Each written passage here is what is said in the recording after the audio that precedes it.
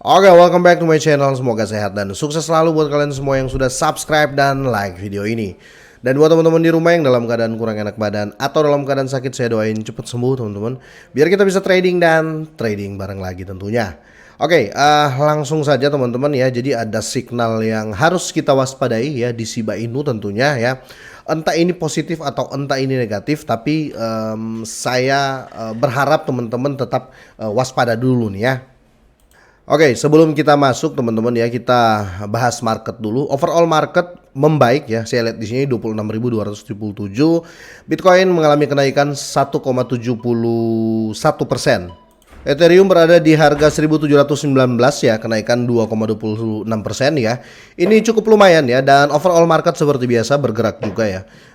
PP ya 5,90%. Ini PP naik terus teman-teman ya, tapi sekali lagi harga recover ya. Dan yang lain pada hijau, tapi sekali lagi ya, segala sesuatu itu bisa terjadi teman-teman.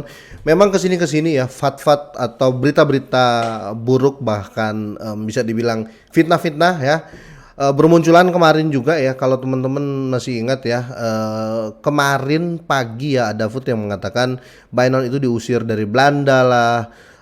Terus Binance itu diperiksa oleh kepolisian dari Prancis lah. Itu semua food teman-teman ya. Benar itu terjadi, tetapi berita sebenarnya bukan seperti itu ya. Jadi dengan begitu kita tetap hati-hati dulu nih teman-teman. Nah, khususnya untuk Shiba Inu teman-teman ya. Ini Shiba naik 1,18% teman-teman ya. Ini masih harga recover juga. Kenapa saya bilang tetap berhati-hati dan waspada teman-teman ya, karena di sini ada berita diangkat dari The Crypto Basic ya teman-teman ya. Ini ada Wells, ada investor besar ya, dia memindahkan 3,8 triliun Shiba Inu ke dua dompet ya, ke dua wallet ya. Detailnya seperti apa kita akan bahas ya. Takutnya ya, kenapa saya bilang waspada, takutnya di exchange ya, kira-kira gitu. Kalau cold wallet ya berarti dia mungkin akan ngehold sampai halving, biasanya gitu sih. Oke, menurut dari data Etherscan teman-teman ya, dia mengungkapkan bahwa paus Shiba terbesar ke-31, dia mentransfer sekitar 3,82 triliun token Shiba Inu senilai 25.400.000 dolar ya, kedua dompet tak dikenal dalam 1 jam terakhir. Dan ini ya data atau hash transaksinya, dan distribusi terjadi dalam 2 transaksi. Awalnya paus mengirim 10 miliar ya, senilai 66.000 dolar ke dompet yang tidak dikenal ya. Tak lama setelah itu paus mentransfer sekitar 3,81 triliun senilai 25.300.000-an dolar ya, ke dompet terpisah. Jadi dia memecah Shibanya ya teman-teman ya, kira-kira seperti itu. Nah, di sini pengalihan ini menandai pelepasan total kepemilikan Shiba yang telah dikumpulkan paus sekitar 3 hari lalu. Akibatnya dompet sekarang memegang 0 token Shiba ya. Tapi ini belum terjadi aksi jual ya menurut saya, karena saya perhatikan candle teman-teman. Dan ini dipisah ya di dua dompet.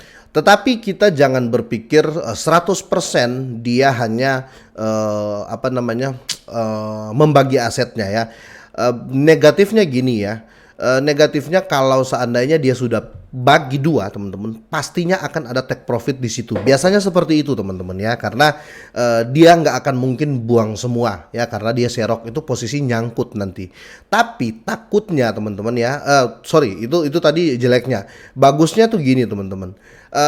Kalau seandainya dia melakukan penjualan, ini dia tidak akan menjual semuanya, kira-kira seperti itu. Jadi tetap hitungan take profit lah teman-teman. Tapi ya ini cukup besar juga ya. Jadi kalau saja terjadi, ada dua opsi nih. Kalau saja terjadi pembuangan besar-besaran ya, atau dia buang yang setengahnya ya teman-teman, itu pasti akan terasa di market ya. Itu pasti akan terasa, pasti akan goyang dikit market.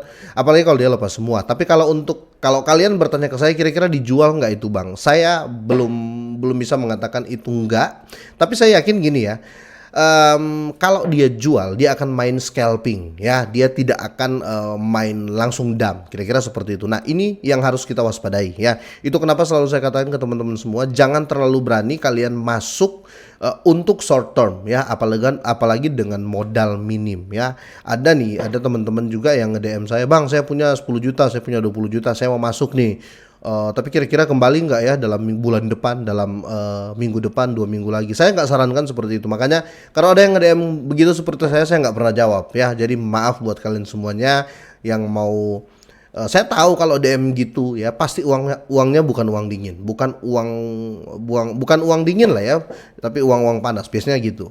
Oke, dan di sini ada Ada judul untuk Shiba Calls teman-teman ya. Ini mengikuti peluncuran baru-baru ini dari tambahan dunia nyata yang menarik ke ekosistem Shiba Inu oleh tim Shiba ya. Komponen baru yang disebut Shiba Calls ya memungkinkan pengguna membuat produk berkualitas tinggi ya yang diautentikasi dengan mengubah NFT menjadi aset nyata ya. Jadi seperti ini. Ini juga bisa menjadi poin pendorong ya atau poin perangsang lah ya. Membuat investor itu membagi aset ya. Jadi tiap ada berita baru otomatis strategi baru muncul. Oke, kalau Shiba nanti akan gini berarti mungkin kemungkinan dia akan naik sedikit sekian persen ataupun penurunan. Makanya terjadi pembagian aset. Kira-kira seperti itu. Jadi kita nggak bisa 100% ya mengatakan pembagian aset dari Wells ini ya teman-teman, dia pecah asetnya untuk dia jual 100% ya. Makanya saya bilang tadi kalau teman-teman tanya ke saya dia akan jual semua enggak ya. Kira-kira seperti itu. Jadi kalau seandainya kalian lihat ada berita ya ada berita Shiba bakal didam dan lain-lain, kalian bandingkan dulu berita tersebut dengan berita-berita lainnya ya. Itu fungsinya kita untuk Dior. Karena yang saya lihat di sini ya, kalaupun terjadi penjualan itu pun kalaupun ya itu tidak akan semua teman-teman, dan saya masih lihat ini sebagai Wells untuk scalping. Kira-kira gitu teman-teman. Kalau menurut kalian seperti apa, boleh kalian komen teman-teman ya, kira-kira gitu. Nah, untuk selanjutnya ya saya mau cek harga di Shiba teman-teman ya. Saya mau lihat sedikit di sini. Karena saya nggak yakin kalau ini kan kejadian kemarin teman-teman ya. Kalau dia didam otomatis di sini sudah terjadi pola yang sama ya. Pola ini akan terjadi di sini teman-teman ya. Atau 2 kali pembuangan ya, kira-kira seperti itu. Ini sejak turun ini masih kehitung sideways dan ini saya ambil time frame 4 jam. Kalau saya ambil time frame lebih sedikit, coba saya ambil 30 menit ya. Nah, kalau saya ambil 30 menit ini masih terhitung di candle per 30 menit ini masih posisi orang masih ngambil, kira-kira gitu. Jadi saya nggak bisa berstatement kalau Shiba Inu akan didam ya. Jadi kalian jangan sampai termakan FOD teman-teman ya, termakan berita-berita buruk atau fitnahan, kira-kira gitu. Tapi sekali lagi buat kalian semuanya, jangan coba-coba short term, jangan coba-coba kalian pakai uang panas melihat wah kayaknya akan naik nih berita berita lagi bagus dan lainnya. Tidak semudah itulah ya teman-teman ya. Saya sarankan buat kalian semua kalau mau masuk saat ini pun ya minimal tuh kalian sampai halving 2024, kira-kira seperti itu. Karena ini saya pribadi teman-teman 2023 ini bakal naik ya. Kalau saya pribadi ya, terserah kalian mau berstatement yang sama atau enggak, terserah kalian ya. Karena kita punya prediksi masing-masing. Karena kalau lihat membandingkan 2022 akhir atau tahun 2022 dibandingkan dengan 2023 akhir ya 2023 ini yang lebih bagus ya, karena kalau kita lihat ya seperti Bitcoin itu semua harga di atas, kira-kira gitu. Untuk aset-aset yang lain seperti altcoin dan memecoin ya itu mengikuti pada dasarnya. Oke, semoga ini bermanfaat teman-teman, nanti saya akan update lagi ya. Intinya jangan panik, semoga ini bermanfaat ya, semoga sehat dan sukses terus buat kalian semuanya.